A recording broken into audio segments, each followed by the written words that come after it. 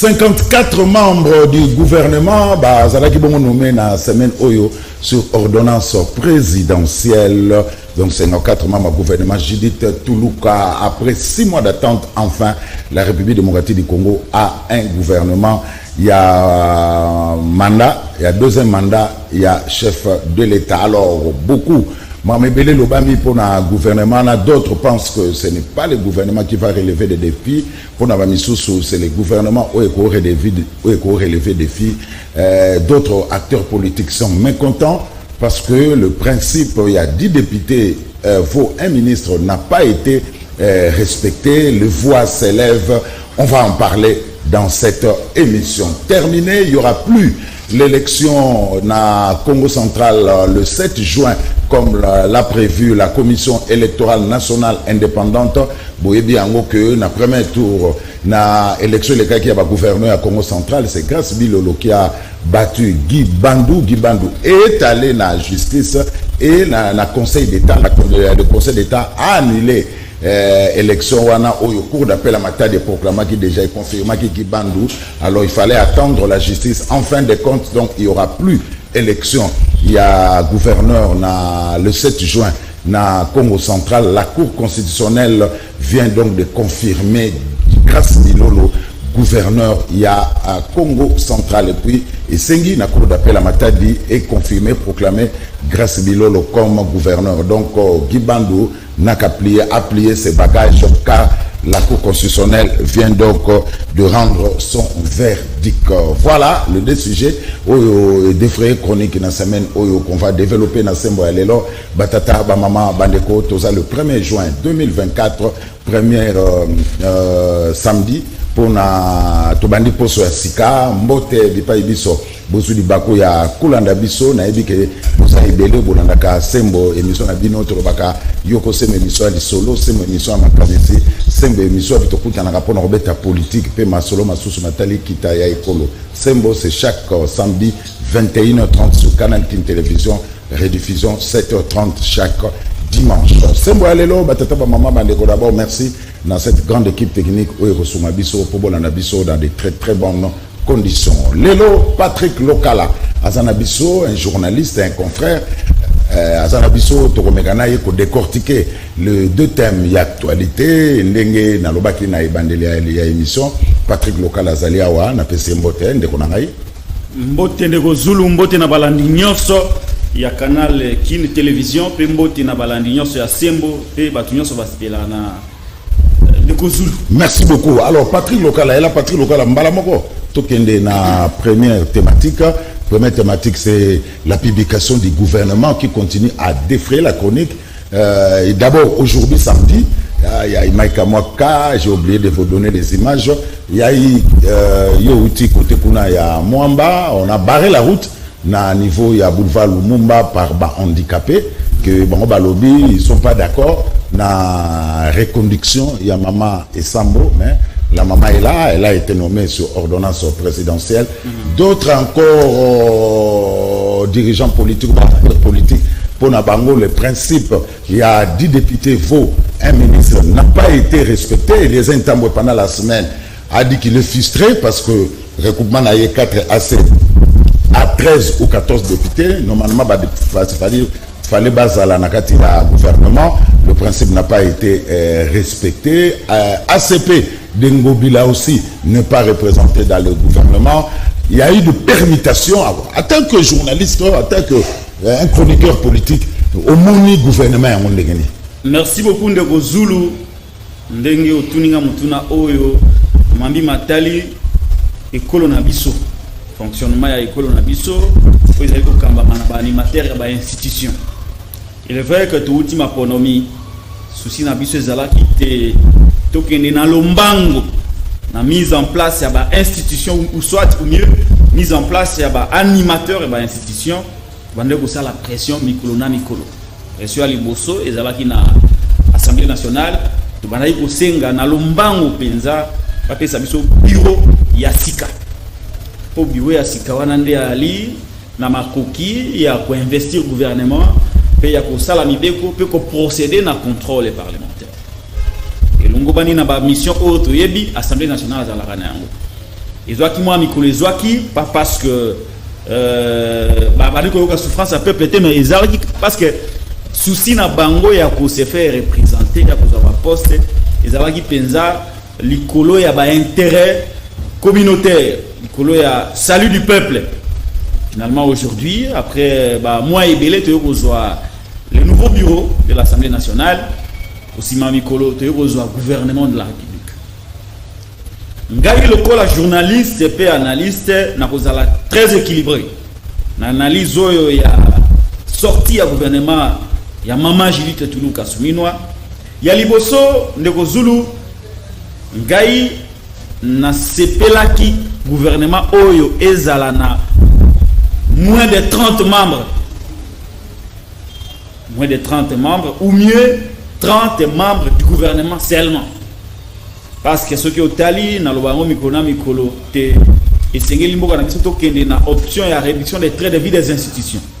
Misolo nyonso oyo Congo mobilisaka ekendaka na ba institution fonctionnement ya ba institution na ba animateur na bango.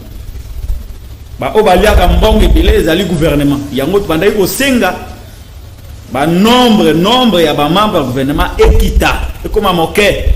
Ba ministère musu ba sangisa yango ba fusionner yango pour besoin d'efficacité. Misolo wana ba tinga ngo na secteur social na nzala ya peuple. Kasi ba yokeli bisote et que dans 54 gouvernement ya kala ya ndiko Sama Lukonde Kenge ezalaki 57 oyo 54 obe 3 membres kakande to gagner pona ngai ezali déception asepel na yango te lokola intellectuel wana ezali analyse personnelle lokola congolais lokola compatriote ndé na sali yango yami balé ba tebele ba sepelité surtout ba politiciens. Il y a union sacrée sur le fait que Basalaka principe na bango, il y a que 10 ministères et 10 députés pour un ministère. Nande bakabola qui ambassadeur ba principe na on a répartition, il y a ba membres du gouvernement. Gouvernement bimi et be oyo batu ba kokisaka principe wana ba zui ba ministère té ou soit ba zui moquet. D'une part, bah ils ont raison ya pour se plaindre. Tant ba monite mamyo yo ba yo kana ki na lingomba kuziki na bango ekokisa mité. Na lui d'une part ba koki ko se plaindre. Ils ont droit na bango. Mais d'autre part, bah koki ko se plaindre té. Parce que au moni il n'y a qu'un principe qui peut arrêter un principe. Ce qui vous salue principe, il n'y a que principe musunde o awiko telemi la principe. Na famille politique na bango ba union sacrée. Bango ba gagner majorité parlementaire. Bazali na mokonzi na bango autorité de référence ba bengi Félix Antoine Tshisekedi Tshilombo. Mais ndeko Zulu tala piège o baninga musuba ko comprendre te. Bolobite il faut 10 députés pour un ministère. Ainsi de suite. Mais en même temps mokonzi ekolo uta kala dans les Outan de Kabila, Outan de Mobutu, Azalanelo avec le pouvoir discrétionnaire. Pouvoir discrétionnaire, on a essayé bino, bossa de la échouate, kasi bo proposer, na proposition on a basba ko senga 3 personnes. Ozo sala mokonzi chouate, yo wi ko pona na mokonzi ba collaborateur na été. Ozo proposer, kasi ba sengi na proposition na yo. Otinde la ye obebato misatu ya pona oyo ya komona azana makoki ya kokukisa musalo ya kopesa ye. Premier principe oyo ezana ko faire tomber principe na bangwana. Deuxième principe ko kwisa principe na bangwana ezake na pouvoir discrétionnaire na ye ba définir yango te de kozulu. Moni pouvoir discrétionnaire wana ba définir yango te. Moutoyo, il faut faire le pouvoir discrétionnaire, Azali, à la fois l'autorité de référence de l'union sacrée, mais à la fois le président de la République. Moutoyo Congolais a péci pouvoir. Yako Kambaye. Yako Ponabatu, Oba Yiko Sungaye na Likambwana. N'a bien Congolais. N'a pas Congolais, il y a société civile, il y a majorité, il y a opposition.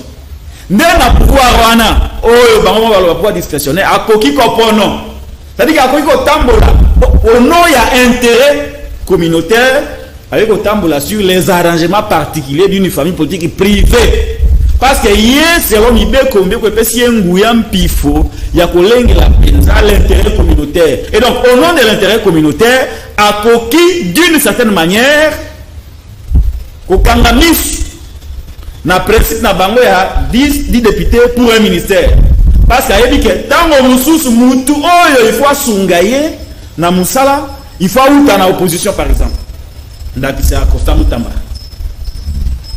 na maile na ye na tout ça ukozi ye moko ayebi eloko ya moni et pas ndeko Costa Mutamba po aponi ya ko na ministère wana mokozi akoki pe ko pono mutu moko na société civile na bango nyonso wana ndeko zulu eza na mutu moko te congolais apesi pouvoir ya kokamba ekolo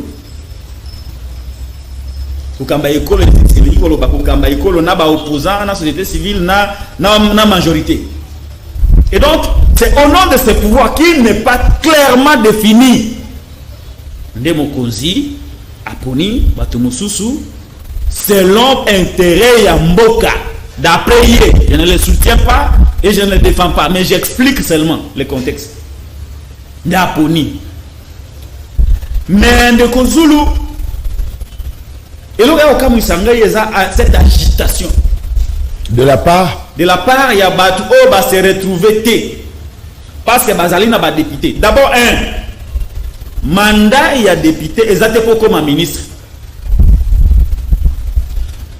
confusion kota mingi na conception ba imboka les gens croient que le meilleur moyen il y a comme un ministre il faut que vous en ayez député vous faites un choix il y a koluka suffrage et à peuple koluka on représenter peuple on va désiderata na bango olobela bango molobeli ya peuple balobeli ya peuple yo komi na gouvernement ndenge nini j'ai fait une analyse scientifique oké koluka mandat po yo lobela peuple kasi musala o sala ngo même pas o ko mo luka oké o sala musala mususu eza moyibi en français c'est une tricherie intellectuelle eza moyibi ce n'est pas dit que lorsque vous avez des députés, il faut automatiquement imposer dans mon consinayo après ce ministère. Donc c'est une mauvaise conception. J'aurais voulu, parce que dans une famille politique, il y a des arrangements, il y a des principes, j'aurais voulu que cette question est sous caca en interne. Et comment on a pas média boité. Parce que Yakobimisa lokola bango balingi koloté. Yakobimisa Neko Félix c'est un mauvais joueur. Mambio yo bande ko union sake pa ko sala bazo bimisa mokonzi na bango mauvais joueur alors local mauvais joker oh ba ola kisana mokilike ayebi ko connoter ayebi ko respecter ba engagement eza soni alors local tu vas déjà battre parce que Bati devait prendre normalement 3 ministères Azukaka 2 il fallait pas passer un peu moko la PCT Bitakura frustré Eliezer frustré. Est-ce que vous avez que dans les jours qui viennent, l'union sacrée risque de na makas? De vos Zulu. Dans le but que je comprends par ailleurs, mais je note qu'il ne fallait pas Malibanda. Il fallait pas sur la mona Kati faire parvenir des désidérateurs auprès de l'autorité de référence pour ébimater le politique pour respecter l'engagement naïté bazo sans le savoir et ils donnent des cartouches à l'opposition. Est-ce que l'union sacrée va basculer dans le but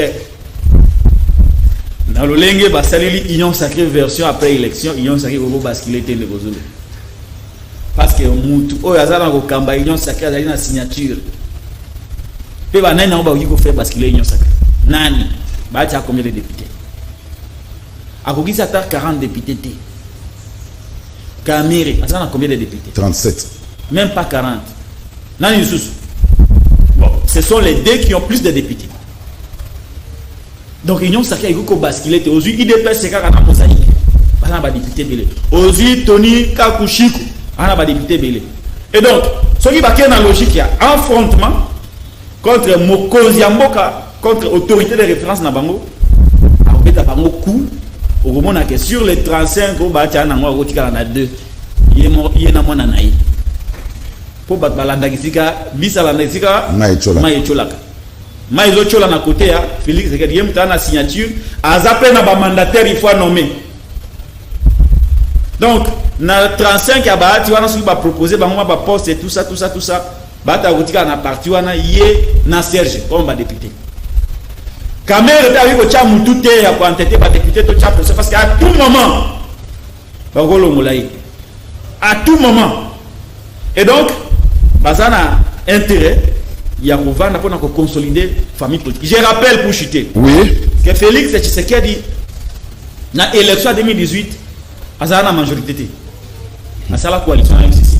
A comment la majorité à 350 députés ndene. Donc ba Kamere, ba Bahati, ba Eliezer Tambazo bosa na isika ba uti. Soki Félix est capable ya koyi ba Kabila majorité. Les résultats, elle m'a pas positionné na émotion ba réflexion plutôt côté. Pourquoi Kabila na ba nemi ba kamaïl wana Félix ayiba bango majorité. Na moi. Yo monande ba bazo katisa. Na longwe allégeance au président. Alongwe. Siko kaka yemo ba nommé bango na kadima ndeko za la passe. Alors lokala. Il faut pas que parce que je wana ezana ko na faveur na bango te. Heureusement, c'est pas ça na mon position quoi ça la réconciliant. Mais ça zaki mutu lokola Joseph Kabila Kabange. Basa la dédoublement. Ne basa la Bahati. Vous vous rappelez qu'en 2018, Bahati a bloqué le gouvernement, sorti le gouvernement, a bloqué Yango. Oh non, les poids politiques, au moni tout ça. Bah ebissé tinda ba comme ça vito il faut ka yé mon corps. Ba dédoubla Bahati te. Ba misa nenenkulu. Nenenkulu abengana na parti. Bahati akoma ko tilengana na kisasa. Donc, ba stratégie wana Félix a tout ça sur la table, mais j'ai vu na Babilili que Augustin Kabuya yamaki batunion pour calmer la situation.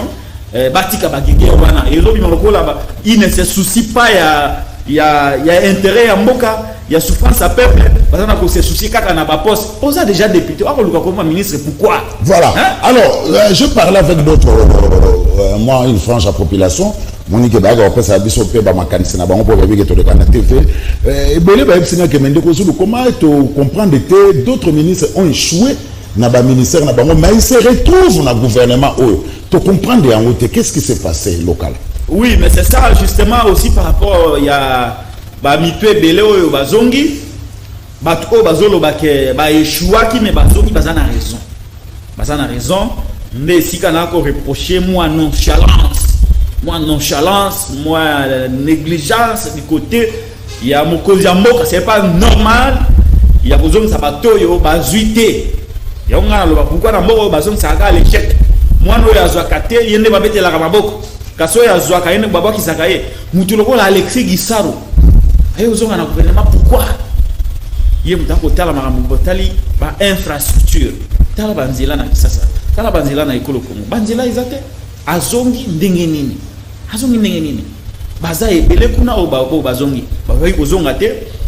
C'est comme ça que nous voulons que papa ça va mata 3 mois 6 mois basali soumis à 2. Ah, il faut tous la sous-gouvernement soumis à 2 et ça pour na kolongola ba mito yo ba l'échec. Bato ba zoate ba koki ko gérer mboka malamu te na ba ministère ba pese bango ba longoli bango et puis ba luki au nom de la cohésion na kati ya famille politique na bango ba luki ko rééquilibrer ko zo quelques mécontents o ba ko mériter ko insérer bango na gouvernement parce que mboka etambola ka bongo. Par exemple, il y a un fait province ya Maniema par exemple ba se retrouver atana ministère pour ninte ba zo ki atamoko Sankuru wana batinda ngo na Maniema po bato Sankuru ba politicien nyonso basi ba échouer na bango. Hein de Zulu, il fallait pas attendre ministère à genre on a appelé qui na Sankuru batindela ba noko na biso na Maniema biso tozana na biso hein pour biso aussi tozwa nyonso les Sankuru a tout eu mais on n'a rien fait. Il fallait pas attendre un ministère wana genre batindela ngo bato Maniema comme ça bato Maniema donc tout ça et que c'est là que tata mon président dans les prochaines nominations à tenir compte il y a toujours qualité ce qui est au senga na ye attendre sur sa propre majorité pour nous avoir Congolo bah oui au Sungaye Moussa l'avait fait Mobutu l'avait fait pourquoi lui ne le ferait-il pas encore que Batouana de Gouzou à la Raki Bango que ceux qui ont évité na Goudisso de Grand Plana na Goudisso c'est pila na Bango ba yo kanate ba dissoudre comme ça que sous ba élection comme ça bato malamu bato ba yi musala ba bima to yo ngwa ngai soki na bimi député musala na kaka mando na sengi na peuple na sali 5 ans na ngai esili après peut-être après no yo ko ba ministère yo ni ba dissoudre l'assemblée ye mo ka lo bagiti ke mozo sala soni pona ko yoka na ba yoka na te mozo sala soni soki bo kebite na ko dissoudre yango alo baka na bangoti alors donc nazo souhaiter que il kamwane koma faut ba yeba kadi mazali kadi mazaka na équipe na et donc Félix peut à tout moment ko dissoudre yango so ba tirer pression dans la piège les bazo baluka oh non toko ça la pétition mais dans le barandi ko zo bato belé ba poma na politique ba mona politique wa cop ba yeba ya muti muto a menacé bino ka ko dissoudre abimisi gouvernement na ye bo bandi ono ça la pétition contre le gouvernement souminois ça la pétition nous avons signé, nous avons l'ongolaye, nous avons boya. La loi dit quoi? S'il y a une crise persistante entre le gouvernement de la République et l'Assemblée nationale, le chef de l'État peut, après avoir consulté les deux chambres, dissoudre l'Assemblée nationale. Maintenant, on va refaire. Alors, je peux rappeler ma téléspectateur, deux options à Katikati, tous en a Sembo à Mokola Lelo, tu as mis Patrick Lokala. Alors, Patrick Lokala, et bien, la population va se remettre une question. Comment le ministre va dans la classe politique? Est-ce que dans l'administration, il n'y a pas de technocrates ou bien ça la paix à l'État? Il y a un autre lobby de Rozulu. Il y a un autre lobby qui est Mokosi Yambo, il faut faire la pouvoir, plénitude et pouvoir naïf. Il y a besoin de bisika nyon. C'est l'objectif ici. Quand le moment viendra de faire le bilan, exactement bateau zo tagi la ngawana nde bakuya ko sala bakuya ko kuta na peuple pour na justifier. Il n'y a que lui seul oya kindeki ko kuta na peuple ko lukamanda nde akozala devant ce peuple pour na justifier nino ya sali ni na salité nini esengela ki asala.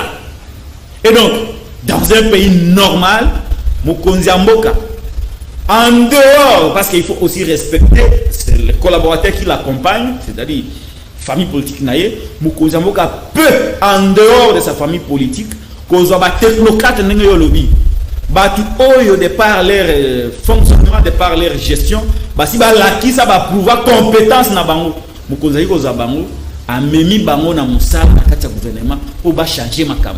Il y a beaucoup de ministères techniques qui méritent que moi une administration ba ébazuyer.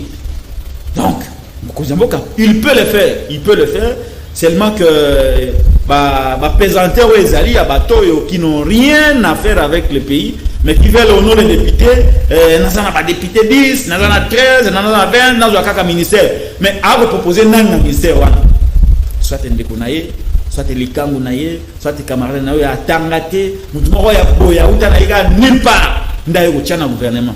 Il y avait aussi lieu, il y a j'ai été content, il y a par exemple, Christophe Lutundu la Palapena.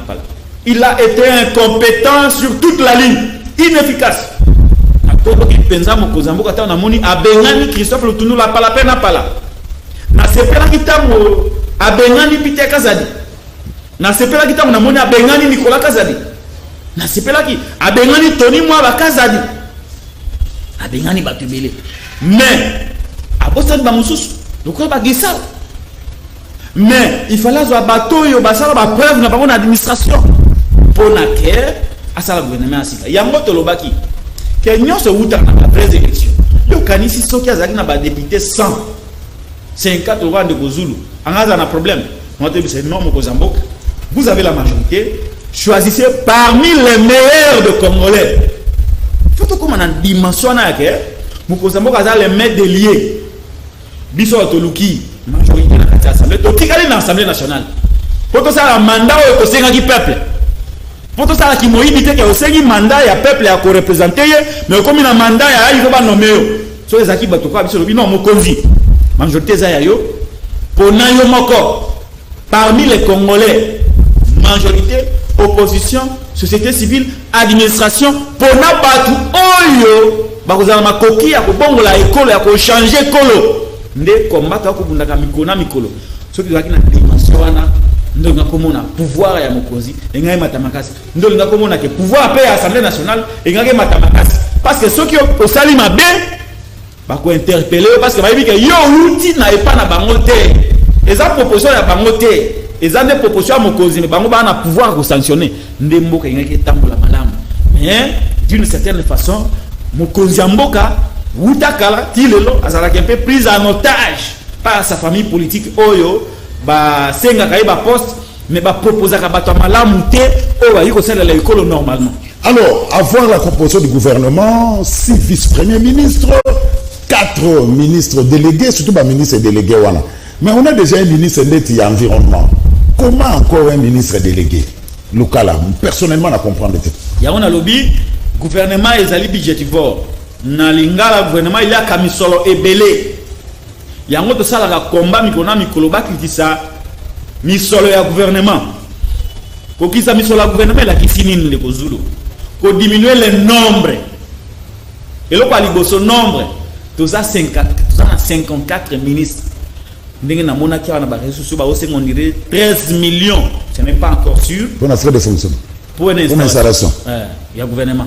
J'aurais appris, je ne confirme pas, que 13 millions. Tala bandila. Tala nja namboka. 13 millions pour investir. Et là, il y a qui ça nombre. De longueur de 54, par exemple, à 20. À 24, tout au plus 30. Casse. De l'ongoli, titre honorifique, je ne sais pas comment qualifier ça dans l'administration. Ministre d'État. Ministre d'État. Ministre délégué. Tu as le ministre. Mais tu fusionner. Aujourd'hui, par exemple, économie, finance, budget, commerce extérieur, budget, au Sanguisiango, au ministère. Combien de départements? 4. Budget, finance, économie. Na commerce extérieur. C'était déjà fait. Enseignement primaire, secondaire, formation professionnelle et communautaire. Sous Kabila, Freddy Matungulu, Azalaka ministre de l'économie, je crois ministre de la finance, je crois pas ministre de budget, je crois. Dans la sûreté, mais à Sangue, ça va ministère bon sous Kabila. Ozu, EPST, Ozu, formation professionnelle, formation technique, tout ça, au Sangue, ça va au ministère de Mamoko. Aux affaires étrangères, coopération régionale, francophonie, droits humains, ministère Moko. Des droits humains aucun la justice. Aucun la justice. Allez, toko sangi jeunesse, au même bien na sport. Culture au même na tourisme. Culture au même bien na tourisme. Au sangi ça urbanisme et habitat, développement, tourisme, aménagement, ministère Moko. Vous savez au sangi somoni équité mais bango lokola objectif non rien pour s'enrichir bakolinga bongo te il faut éclater le gouvernement ils allaient aider agriculture pêche et élevage pisciculture au sangi vous savez enseignement supérieur et recherche scientifique au sangi siango et sili to vandi malamoko umoni nombre ça une équité diminuer les frais de fonctionnement. Les moyens que vous avez pour calculer famille nayo, libota nayo, les minimum l'État en charge. Moussa na yoka ola muki oniki minu osukoli olate lamba verse l'État sombe la kayo. OK musala. Na voiture à l'État. Oh l'État sombe lo. Aussi si musala allez batiki on ndak. Ndo ngamona. Non ce qui toke na cabinet mokozi kuna plus de 1000 membres. Des cabinets, to quitter Siango, to fusionner, bah comme 20 ou 30 seulement. To quitter na ministère, to réduire les sous. Et si les mbalamo comme on a mis sur les belés, au lieu que n'agana, qu'au lieu ya bango allez, ils ont comme que dans ce domaine social, mbalamo ko, bah tiens na projet, musus bah investissement, musus net agriculture, net pisciculture, net mambelé, et qu'on soit mboka mingi. Donc mboka ko elingaki est respirer. À ce moment-là, ce qui il y a déjà des besoins na États-Unis.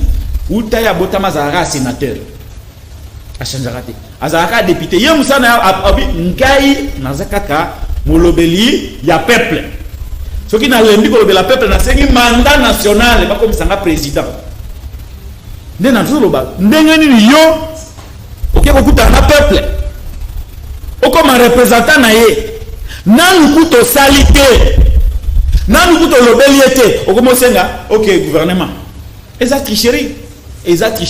comment on a contestation wana ezobota makasi parce que batou bazo privilégier ba intérêt na bango plutôt que le salut du peuple, plutôt que l'intérêt général et abaimboka.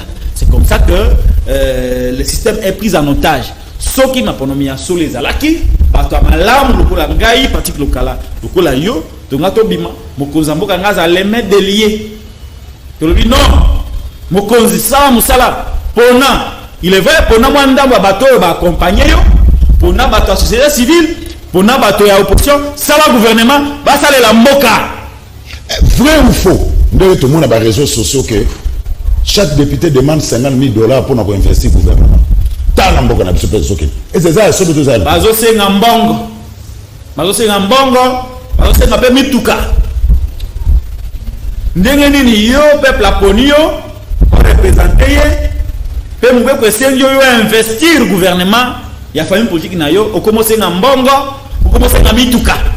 Moni système palissade. Les bazo senga sikoyo. Pezali défi Kamere aza face à un défi. Soki Tuluka aza investité, soki gouvernement Judith Tuluka Soumino aza investité, Kamere pas kokoya. C'est-à-dire que soki lelo babwa qui c'est gouvernement, boyango, lobi kuna basali pétition contre Kamere pour incompétence politique parce que a échoué mission, il y a qu'à faire valider gouvernement mokonzamboka poni. Mokonzamboka oyo atikeli poste wana na balié. Ba non akuki na yete ali azonga na yete ka député ya Pamba. Donc baka insiste que soki baboyi Tuluka bamoni bako la protéger. Soki baboyi gouvernement Judith Soumino na Tuluka bango bako za l'exposer bako perdre pe assemblée nationale wana tokoki bankonom. Ngakutu nazo sambela bayokana te ndeko Zulu. Soki bayokani te baboyi su gouvernement na Judith Soumino Tuluka chef de l'état malamoka dissoudre. C'est que soto kema ponomi turo yo vote sanction. Et comme aka bino si bloquer mboka ti. Au moment de oh katumi muta bloquer mboka. Oh non Rwanda muta bloquer mboka. Oh non communauté internationale koma bino nde bo bloquer mboka. Mboka na posa gouvernement parce que nzala ezali banzila ezate zana insécurité maramnyo c'est amabe mais bino boboyi gouvernement ezala investi pour na ke ba trouver solution na problème ba imboka nde discuter que na on a campagne après dissolution à l'Assemblée nationale après comme bangone ba inyamboka ba bloquer mboka pour pesa chance na bato asika pesa chance na ndeko Zulu pesa chance na ndeko parti lokala to ye na Assemblée nationale ya sika to lobi na mokonzi ya mboka makambo non to proposer terre Makambono 10 ministères, 10 députés pour un ministère comme gâteau, to kabolango. Yo moko pona parmi les Congolais. Mais biso toza to lingé to comme député, to tika la kaka ba député. Mais ce qui yo mo obondi que non olingi que na ya ko sunga yo na koya. Mais comme atelo ko la exigence ne ba bango ba commission muto akolela. Na moni ndeko moko de Zulu. Asika ka biso to zuité. Adala ancien journaliste. Azo seka biso afuta kuto émission moko epa ndiko nanga sangu kuna azo seka biso mabe abi kasi bino bozaki mbongo bozuite pona nini boloba enga lepoka nazwaka mbongo yango nazwaka siko bino bozuite pona nini lelo nana zolela nana 13 députés et puis ba député wana ebele eza ya kopesa ba pesa bango kopesa et donc ce qui a bengisi bango Félix ala ka muntu moko la vérité so a bengisi bango a huis clos yo wa 13 députés yo pourquoi on a 13 députés yo pourquoi on a boy moko kutwa wa o azalaka kama ville okoki ville okoki angote mais ozo senga kaka na 11 députés il fallait dans un ministère on a plus de 10 quand même dans la coûte na sénatorial azaki combien so qui na sénatorial yemo a difficulté à se faire élire alegi na passe mais est-ce qu'elle est là qui non batika pe ville okokite d'abord ville ba pesio okoki angote ce qui va passer au ministère en dehors tout dit kapeko yango tozolo ba po ni kaka ba wana bazolela baza ba l'échec bazolela baza na gouvernement na bato ba échouer po ni bino ba échouer au lieu ba vanda boza la kinya boza la humble na humilité bokomi ko kwambrier bato boni boyeko et puis na Congo ce sont toujours les mêmes figures yango marbe faut changer net par exemple Jean Lycée Boussa banda gouvernement oyo ya Badi Banga Jean Lycée Boussa tout bon ça le gouvernement badi banga à côté non badi banga wuta depuis matata ti lelo gouvernement comme le roi prof à l'université alinga zo retraite à vie nanga kufa na gouvernement mais bilan na ezanini et nous rejeter ils passent il faut de nouvelles têtes ya moi j'encourage mon konza mboka ninga na moi mitu ya sika Osamutamba c'est bon Osamutamba c'est bon ministre ya finance Fwamba na landeli mamnaye asa c'est bon le landela bien nani le sous ministre de l'économie Daniel Mukoko Samba c'est méritant nani le sous baza moi ebele Jacquemain Chabani nga na kitika pouvoir mais batwana je ne peux pas les contester mais Missou Jacquemain Chabani à boire et à manger à boire et à manger au Sagarate on va voir. Alors, Mike, il faut toujours me dire, hein, parce qu'on a que 45 minutes, il y a une émission, il faut que ça ait combien de minutes 20 bata, 15 minutes, on va évoluer. Alors, Patrick Lokola, les membres du gouvernement ne sont pas encore investis. Mais à voir sa composition, est-ce que le gouvernement Toulouka, non, mais écoutez la composition à Badou, est-ce que le gouvernement Toulouka pourra relever les défis? Parce qu'on a beaucoup de défis ici. Deux hypothèses. Photos à la scientifique, parce que bateau balanda rabiso, baza bato maele, tout ça na TVT le roi bazo bandé bazo landa biso té. Ceux qui nous suivent na bandaku, baza bato maele. Parmi eux, il y a des avocats, il y a des jurys, il y a des juristes, il y a des médecins, il y a des journalistes, il y a des professeurs, il y a pas belé bazara na sima ya le olibosa ba itandoiki. Et donc, des analyses par rapport à ça. Est-ce qu'il va pouvoir relever des défis? Mais par rapport à la forme, analyse à Liboso, j'ai dit que je suis déçu par rapport à la forme et au poids numérique de ce gouvernement. Ils ont continué dans la logique à Tolia et Belé. Nous sommes déçus. Deuxième point, ce qui n'a pas les quelques individualités de notre temps à individualité, ça peut donner espoir dans le département. Parce que lorsqu'il faut faire une évaluation de Kozulu, au cas par cas, nous avons une sommation, une conclusion générale et analyse. Nous avons fait ça. Ce qui est au cas par cas, par exemple, nous avons de finance. Semble-t-il, il y a l'école de finance. Et donc, c'est quelqu'un qui a dit domaine. Ce qui a corrompu le pouvoir, nous avons lampadaire à Zalaga, a vu que ça va bien. Vous avez par exemple Jacquemain Chabani. Jacquemain Chabani a sali preuve na politique, na lutte, ba récompenser, a ba compétence na ye. Donc ceux qui a causé la corrompu na pouvoir, ceux qui pouvoir évoquer ça a été au kangaimi souté, a pu que ça quelque chose contrairement à ma prédécesseur na ye, quand Konde a Selo na Peter Kazali. Tu es ministre de l'économie. Mukoko Samba, c'est un professeur. Aïe maraba finance publique mingi. Aïe bien mingi. Ce qui par exemple, parce que les trois ministères, budget, finance et économie, en vraiment le maître des lieux, en Azala Moussala Malon, parce que c'est caca économie. Comme enseignant, il tient sur son image. Parce que même étant Azala dans le gouvernement Yakala, Azala Malam, c'était parmi les meilleurs. Et donc, ce qui est allié, au Kogi peut espérer qu'il peut faire quelque chose. Nani le sous, Ndeko Constant Moutamba, Elenge, à l'une à 36 ans. Mais Constant Moutamba, alors pas du trop, hein. Maintenant il faut tout le monde aller à l'œuvre. Juriste, juriste de formation, lumumiste, nationaliste, patriote. Mais, il pas le bâti trop. Mais alors trop ya pamba te Constant Moutamba kaka au début de la législature. Nan lukutu ba chef bureau sikate asa déposer qui mibeko na ye. Ba proposition de loi na ye c'est comment ma plus de 10 propositions de loi déjà écrites avant Koutu Moussala Eban. Je pense c'est parmi les éléments où vous pouvez habiter. Jeune Oyo asala Moussala Malam to mekaye. C'est comme un mekié ba pesi opportunité. C'est à lui maintenant de prouver que Mokonziamboka a mis sa quitté. Parce que la justice congolaise est malade. Et il y a le médecin. Hein? Justice aux urgences. Justice aux urgences. mais na urgence ba médecin sont ne ba kotaka bazwaka ba spécialiste à makila, spécialiste à motema, spécialiste à misu, spécialiste à pema, bango ne ba kotaka na salle d'urgence. Yesu ko ba présenter le rôle spécialiste, oh il faut habiller qui sa mutu na salle d'urgence. Et donc azan un grand défi. Yango na lobi ba tête wana ezana pour rassurer ngai. Ba mususu wana na ibi bango na noté parce que je n'ai pas encore li ba. Tout le monde a bango à l'œuvre. Tout le monde a bango. Yango na lobi pour chuter le rôle intellectuel parce que la raka 90 jours. Voilà. Après 90 jours, ndeto ko ya adoption de Kozulu.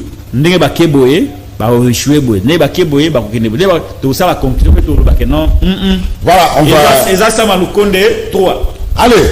Il y aura plus élection, il y a gouverneur na Bako na Congo central, la Cour constitutionnelle a été tranché. Lelo Gas Bilolo confirmé gouverneur du Congo central parce que décision au Conseil d'État qui selon la Cour constitutionnelle les abongo anti-constitutionnels. Grâce Bilolo, le tout jeune gouverneur confirmé gouverneur Congo central. Grâce Bilolo, Patrick Local. Grâce Bilolo, Azali Lokola Messi.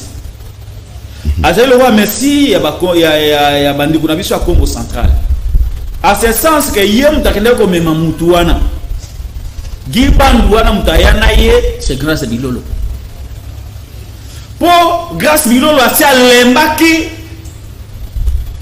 gestion ya mabe ya mubulu ya ba kutu na biso akala ndalobi toluka mutu moko boye ya sika mai ya sika ameka ko changer province na biso province wana izana banje beli na koto kuna te ndaki ndako uzwa tata wana Gibandu aye na ye asali nyonso akobisie gouverneur Gibandu ayebi makambo na zoloba ayebi yango nazokosa te ayebi yango bato pe bayebi l'histoire ya Congo central bayebi yango tango akomi gouverneur makambo oyo bayokanaki na peuple asali yango te insécurité sociale banzela embouteillage na matadi nyonso esimbi te lokola bato bazanaka histoire te eloko moko elekaka te ezaka le passé elekaka te bato babi non grâce Bilolo yo muto créa monstre oyo yo muto yana na tipo oyo Gibandu grâce Bilolo monstre oyo akomi leloko koboma Congo central yo muto yana ye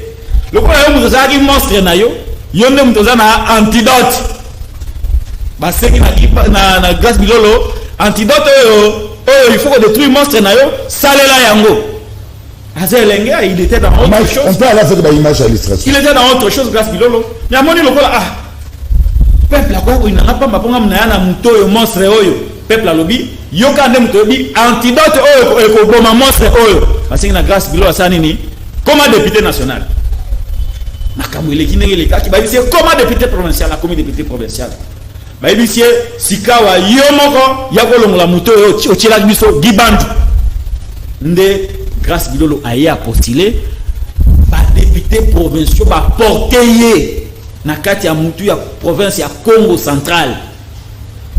Gibandu a échoué face à grâce Bilolo.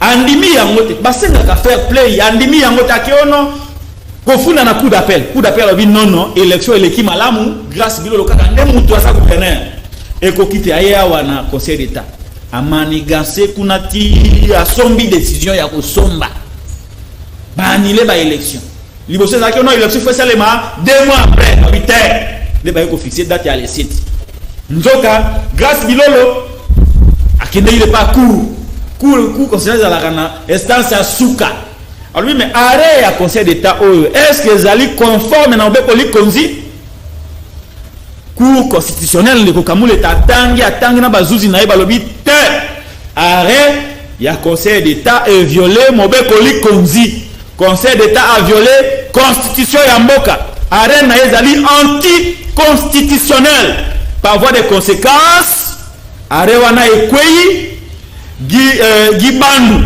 akweyi amelima ya poli en même temps cour constitutionnelle a lobby te mutaganyaki ba élection ezali grâce Bilolo peut instruire na cour d'appel ya Congo central ya ko confirmer victoire ya ndeko grâce Bilolo et kozala chose faite pe mokuzamboka ako investir na kochite na eloko oyo yo grâce Bilolo olobaki ke yo nde mutoza na solution Congo Central po yaka na Gibandu mutu na yo memela bande kwa Congo Central a échoué peuple alobi oui toza na ko croire kaka na yo ba pesi peuple apesi deuxième chance na grâce Bilolo alobi lokola chance a liboso ozuite à travers monstre na yo Gibandu créaki yo moko sikoyo zoma solo pour corriger ba erreur ya ndeko na yo Gibandu grâce Bilolo sika wazana défi monene ya ko corriger ba erreur pe ko zongi sa Congo Central na ndenge il faut zala. C'est une province riche, historique et spirituelle. À ce sens que pétrole les akuna, ba ressources naturelles les akuna et puis les apports d'entrée dans nzela ya mai. Oyo tozalaka nango awa na ekolo Congo. Pe eza esika Papa Simon Kimbangu abotamaka, le père spirituel de tous les Congolais. Et donc, professeur Lolengwana, eko kamba matena bato moko ya chanana, eko kamba matena bato moko oyo bazanga mayele, eko kamba matena bato moko oyo bazanga en odeur de sainteté na peuple. Lokola peuple nde mutu aponi a décevoir peuple te. Toki a décevoir peuple. Tokoyaka na sembwa wa, toyaka osila na naye. Po biso to si tozwa décision na corporation ne tozawana, osali malamu, oyena baida sika to accompagner yo. Osali mabe toye atopesa biso mbongo tokoyawa tokoloba grâce Bilolo okomi lokola Gibandu na yango toakobwaki la yembela. On espère que ça ne sera pas le cas. On espère que ça ne sera pas le cas et na lombango na kosenga na Gibandu a préparé remise et reprise na ndeko na ye na maître na ye grâce Bilolo parce que grâce Bilolo nde mutazalo ka mentor na ye mentor ngolo tonga sarini. Merci beaucoup. Merci beaucoup, Patrick Local à toi. Merci. Vraiment, il y a 45 minutes, on va passer sur la scène pour décortiquer l'actualité politique de l'heure. Encore une fois, merci. Merci beaucoup de vos souvenirs. Merci. Na un homme, le fils Peto Diankenda, le coach. Il y a les gouverneurs élus grâce à Bilolo. Merci Mingi. Le coach, le fils Peto Diankenda, au monde, qui consigne nayo match ke malamu, match pe betami ki toko, bo gagner match. Merci encore une fois de plus na le fils Peto Diankenda, mutandu ya solo ya Congo Central, le coach. Le fils Peto Diankenda. Merci. Merci à cette grande équipe technique et son Ayebiso. Merci. Rediffusion le dimanche 7h30. C'est mon numéro Moussoussou. Samedi prochain. Boutique à la Malam.